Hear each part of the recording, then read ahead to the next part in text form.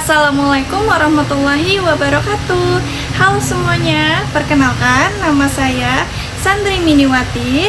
Saya dari Universitas Muhammadiyah Kalimantan Timur.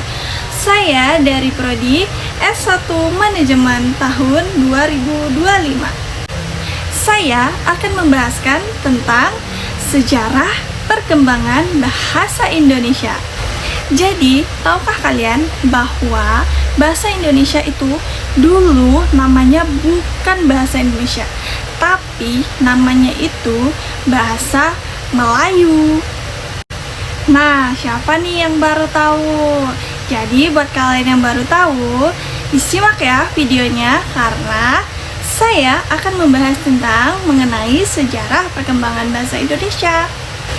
Jadi, sejak zaman Sriwijaya, bahasa Melayu sudah menjadi bahasa pengantar antar daerah di Indonesia, teman-teman.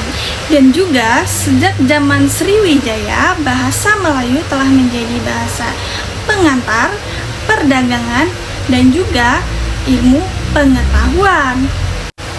Dan juga selain pada zaman Sriwijaya, pada zaman Belanda pun bahasa Melayu telah digunakan untuk bahasa pengajaran loh teman-teman. Nah, kenapa pada zaman Sriwijaya dan pada zaman Belanda bahasa Melayu digunakan sebagai bahasa pengantar dan pengajaran?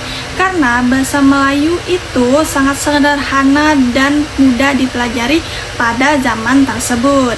Dan juga bahasa Melayu tidak mengenal tingkatan seperti bahasa-bahasa daerah, yaitu seperti bahasa Jawa, bahasa Bugis, dan lain-lainnya. Perkembangan ke daerah lain pun sangat cepat karena yaitu bahasa Melayu itu sederhana dan mudah dipelajari.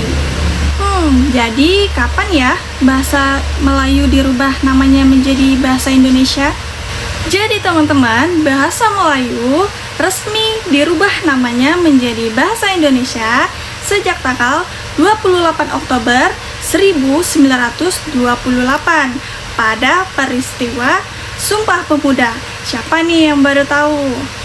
Nah, sejak saat itu bahasa Indonesia dijadikan sebagai bahasa nasional. Jadi teman-teman, bahasa Indonesia selain menjadi bahasa nasional, bahasa Indonesia juga menjadi, yaitu salah satunya menjadi lambang identitas nasional. Dan yang kedua, menjadi lambang kebanggaan kebangsaan. Dan yang ketiga tentunya menjadi alat berkomunikasi.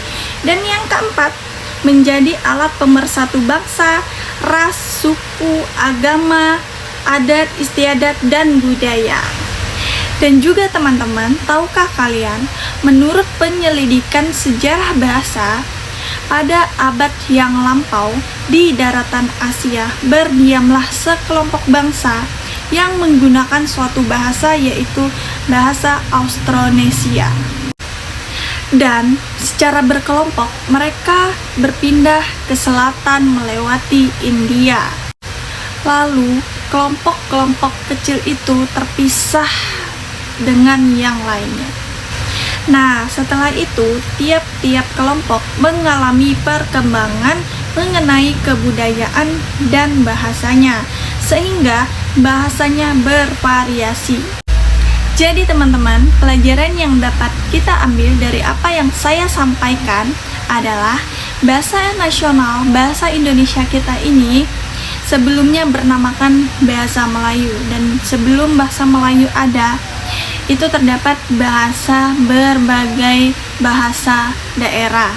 Dan sebelum ada bahasa daerah juga, itu ada bahasa yang namanya bahasa Austronesia sebelum sekelompok bangsa berpindah dari ke selatan melewati India, teman-teman, seperti itu. Baiklah, sekian pembahasan mengenai sejarah perkembangan bahasa Indonesia dari saya.